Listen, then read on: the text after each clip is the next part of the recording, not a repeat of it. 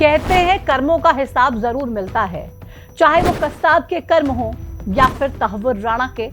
2008 में 26/11 मुंबई में खूनी खेल खेलने वाले आतंकियों का हिसाब भारत ने पहले ही कर दिया था, लेकिन उस हमले की साजिश रचने वाले दोषियों का हिसाब करना अभी बाकी था।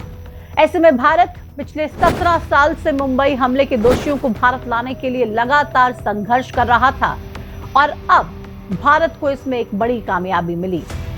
भारत ने अमेरिका की जेल से तहव्वुर राणा को खींचकर सीधे दिल्ली की जेल में बंद कर दिया और अब आतंकी तहव्वुर राणा से एनआईए पूछताछ कर रही है और अगले 18 दिन तक ये पूछताछ जारी रहेगी। इस दौरान तहव्वुर राणा कई बड़े राज खोल सकता है, जिससे पाकिस्तान की मुश्किलें बढ़ सकती हैं। तो चलिए आज की इस वीडियो में आपको बताते हैं कि तहव्वुर राणा का पाकिस्तान और मुंबई की आतंकी हमलों से क्या कनेक्शन है और कैसे अमेरिका में रहकर इसने भारत के खिलाफ एक बड़ी और खौफनाक साजिश रचने का काम किया। साथ ही ये भी बताते हैं कि 26/11 मुंबई हमले में किस तरीके से मुंबई दहल उठी थी।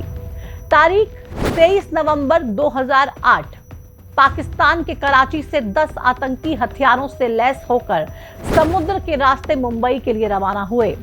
मुंबई में दाखिल होने के लिए आधे रास्ते में इन्होंने एक भारतीय नाव को हाईजैक किया और उस नाव में सवार 4 लोगों की हत्या कर दी। इसके बाद 26 नवंबर की रात करीब 8 बजे नाव मुंबई के दक्षिणी क्षेत्र में स्थित कोलाबा के कफ परेड में पहुंची। सभी 10 आतंकी यहीं पर उतरे और फिर 4 अलग अलग हिस्सों में बंट गए। इसके बाद इन तमाम लोगों ने अलग अलग जगह जाने के लिए अलग अलग टैक्सी का सहारा लिया और फिर निकल पड़े। इधर मुंबई में अब तक सब कुछ एकदम ठीक चल रहा था, बिल्कुल शांति थी। रोज की तरह हजारों लोग अपने काम से घर लौट रहे थे। कोई परिवार के साथ रेलवे स्टेशन पहुंचकर अपनी ट्रेन का इंतजार कर रहा था, तो कोई होटल में बैठकर परिवार के साथ खाना खा रहा था। लेकिन किसी को ये मालूम नहीं था कि अगले पल ऐसा क्या होगा जो पूरी मुंबई और पूरे देश को दहला देगा। 26 नवंबर की रात 8 बजे मुंबई पहुंचने वाले 10 आतंकी 9 बजे तक उन जगह पर पहुंच चुके थे जहां उन्हें पहुंचना था और जहां पर उनका टारगेट पहले ही सेट था। अब उन्होंने अपने प्लान को एग्जीक्यूट करने की तैयारी कर ली थी। इस बीच घड़ी की छोटी सुई 9 पर और बड़ी वाली सुई 4 पर पहुंच जाती है। मतलब घड़ी में रात के 9:20 हो चुके थे। तभी छत्रपति शिवाजी रेलवे स्टेशन पर 2 आतंकवादी अजमल कसाब और इस्माइल खान हाथों में 2 AK-47 लेकर यात्री हॉल में घुस जाते हैं। जैसे ही वहां पे मौजूद लोग कुछ समझ पाते, दोनों आतंकवादी यात्रियों पर अंधाधुंध फायरिंग शुरू कर देते हैं। इससे कुछ ही देर में स्टेशन में चीख पुकार मच जाती है, जमीन खून से सन जाती है और लाशों के ढेर लग जाते हैं। इस हमले में आतंकियों ने 58 लोगों को मार डाला और 104 से ज्यादा लोग घायल हुए। अगले कुछ मिनट में पुलिस को भी इस पूरे मामले की खबर मिल चुकी थी।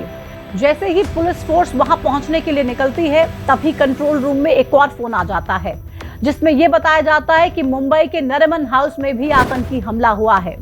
नरिमन हाउस एक यहूदी समुदाय केंद्र था, जिसमें घुसकर आतंकवादियों ने कई लोगों को बंधक बना लिया था और गोलीबारी करते हुए 7 लोगों को मौत के घाट उतार दिया था। यह हमला 9:30 पर हुआ। मतलब महज 10 मिनट में ही मुंबई शहर में 2 आतंकवादी हमले हो चुके थे। अब पूरा शहर अलर्ट पर रख दिया गया। शहर में एक दहशत भरे सायरन बजने लगे, जो ये बताने के लिए काफी थे कि मुंबई आतंकवाद की जद में आ चुका है। महज 10 मिनट के अंतराल में हुए 2 हमलों ने पुलिस के भी होश उड़ा दिए थे। दोनों जगह पर भारी पुलिस फोर्सेस भेजी जा चुकी थी, लेकिन आतंकियों के खूनी खेल की पिक्चर अभी और भी भयानक होने वाली थी।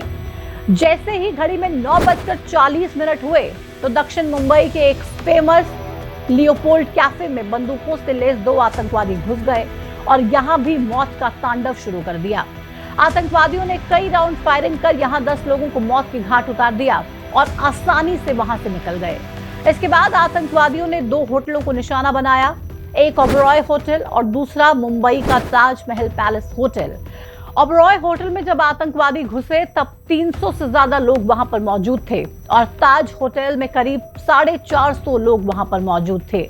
मीडिया रिपोर्ट्स के मुताबिक ताज होटल में हुए आतंकवादियों के हमले में 31 लोग मारे गए।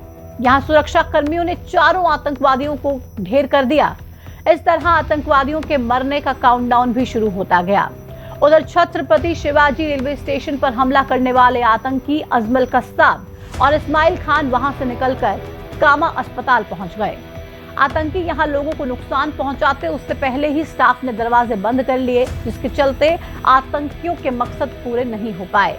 हालांकि अस्पताल के बाहर मुठभेड़ में महाराष्ट्र पुलिस के 2 जवान आतंकवादियों की गोली का शिकार बन गए। इन बड़े हमलों के बाद आतंकवादियों ने कई जगह पर गाड़ियों में बम रख दिए, कई सार्वजनिक जगह पर विस्फोट किए और अस्पतालों में गोलीबारी भी की। 26 नवंबर की रात से शुरू हुआ मौत का खेल मुंबई में 29 नवंबर को तब खत्म हुआ जब 10 में से 9 आतंकी मारे गए और एक आतंकी अजमल कस्साब को जिंदा पकड़ लिया गया। हालांकि बाद में साल 2012 में उसे फांसी दे दी गई। इस तरह 4 दिन तक 10 आतंकवादियों ने पूरी मुंबई में खून की होली खेली, जिसमें 165 से ज्यादा लोग मारे गए। अब सवाल यह है कि आखिर इतने बड़े हमले के पीछे की साजिश किसकी थी और ये साजिश कब से रची जा रही थी? दरअसल 2008 में हुए इस हमले की साजिश रचने वाले मुख्य रूप से 4 किरदार हैं। पहला ISI, जो पाकिस्तान की खुफिया एजेंसी है। दूसरा लश्कर-ए-तैयबा, जो एक आतंकी संगठन है। तीसरा डेविड हेडली और चौथा तहव्वुर राणा। पाकिस्तान की खुफिया एजेंसी ISI और आतंकी संगठन लश्कर-ए-तैयबा मुंबई हमले की साजिश साल 2005 से रच रही थी। मीडिया रिपोर्ट्स के मुताबिक साल 2006 में ISI और लश्कर-ए-तैयबा ने डेविड हेडली को इस पूरी साजिश का मास्टरमाइंड बनाया। डेविड हेडली अमेरिका में रहता था, लेकिन उसका परिवार पाकिस्तानी था। ऐसे में भारत को लेकर डेविड हेडली की नफरत बहुत ज्यादा थी। ISI और लश्कर ने हेडली की इसी नफरत का फायदा उठाया। 2006 में मुंबई में हमला करने का प्लान रेडी कर चुके हेडली को अब जरूरत थी भारत जाकर उन जगह पर रेकी करने की जहां हमले करवाए जा सकते थे। ऐसे में उसने अपने बचपन के दोस्त तहव्वुर राणा से संपर्क किया। तहव्वुर राणा वैसे तो कनाडा का नागरिक था, लेकिन वो पाकिस्तानी सेना में डॉक्टर रह चुका था और ISI के संपर्क में भी था। 1997 में वो पाकिस्तान छोड़कर कनाडा में बस गया, लेकिन रहता अमेरिका में ही था। तहव्वुर राणा और हेडली की दोस्ती काफी पुरानी थी। ऐसे में जब हेडली ने तहव्वुर से मदद मांगी तो उसने 2006 में हेडली को वित्तीय और लॉजिस्टिक सपोर्ट देना शुरू कर दिया। राणा ने हेडली को अपनी कंपनी का एजेंट बनाकर मुंबई भेजा और फिर हेडली ने मुंबई पहुंचकर अपना काम शुरू किया। साल 2006 से लेकर 2008 के बीच में हेडली करीब 8 बार मुंबई में आया और इसलिए उसने अपने प्लान को पुख्ता तरीके से अंजाम तक पहुंचाया। भारत ने जब हमलों की जांच शुरू की तो हेडली का नाम सामने आया। इसके बाद अमेरिका में हेडली की गिरफ्तारी हुई और फिर हेडली की गिरफ्तारी के करीब 18 दिन बाद तहव्वुर राणा भी अमेरिका में गिरफ्तार कर लिया गया। तहव्वुर राणा को अमेरिका के शिकागो में अक्टूबर 2009 में FBI ने गिरफ्तार किया था। इसके बाद साल 2013 में मुंबई हमले का मास्टरमाइंड हेडली सरकारी गवाह बन गया। उसने अपने बचपन के दोस्त तहव्वुर राणा के खिलाफ गवाही दी, जिससे राणा के जेल से बाहर आने के सभी रास्ते बंद हो गए। हेडली की गवाही के आधार पर तहव्वुर राणा को 2013 में आतंकी संगठन लश्कर से रिश्ते रखने के आरोप में 14 साल जेल में रखने की सजा सुनाई गई। लेकिन तहव्वुर राणा के साथ भारत का हिसाब अभी बाकी था, इसलिए भारत लगातार तहव्वुर राणा को भारत लाने के लिए प्रयासरत था। 2016 के बाद में इन प्रयासों को और भी ज्यादा बल मिला। नतीजा ये रहा कि साल 2021 में भारत ने जब आधिकारिक तौर पर राणा के प्रत्यर्पण की मांग की तो बाइडेन प्रशासन ने इसका समर्थन किया। इसके बाद राणा को अमेरिकी कोर्ट ले जाया गया, लेकिन वहां पे उसकी याचिका को खारिज कर दिया गया और राणा को भारत लाने का रास्ता साफ हो गया। ऐसे में 10 अप्रैल को तहव्वुर राणा को NIA और रॉ की टीम अमेरिका से दिल्ली लेकर पहुंच गई। अब तहव्वुर राणा भारत की जेल में है और उसकी सजा का फैसला कुछ ही दिनों में होने वाला है। तहव्वुर से लगातार सवाल किए जा रहे हैं। NIA लगातार सवाल पूछ रही है और मुंबई के हमले को किस तरीके से अंजाम दिया, इन तमाम सवालों के जवाब तहव्वुर राणा दे रहा है।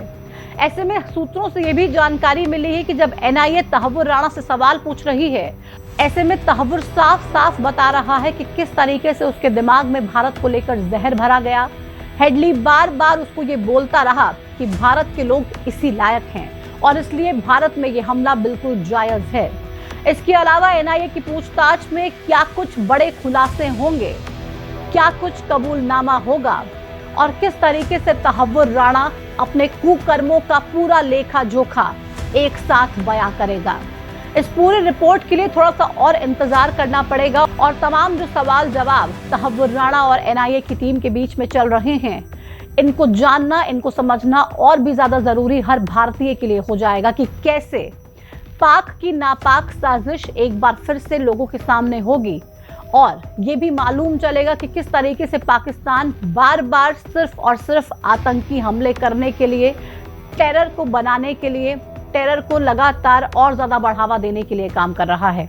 ऐसे में इंतजार कुछ और वक्त का करना पड़ेगा और उम्मीद भी इस बात की कि तहव्वुर राणा को कड़ी से कड़ी सजा मिले ताकि 26/11 का हिसाब भारत की तरफ से पूरा हो सके।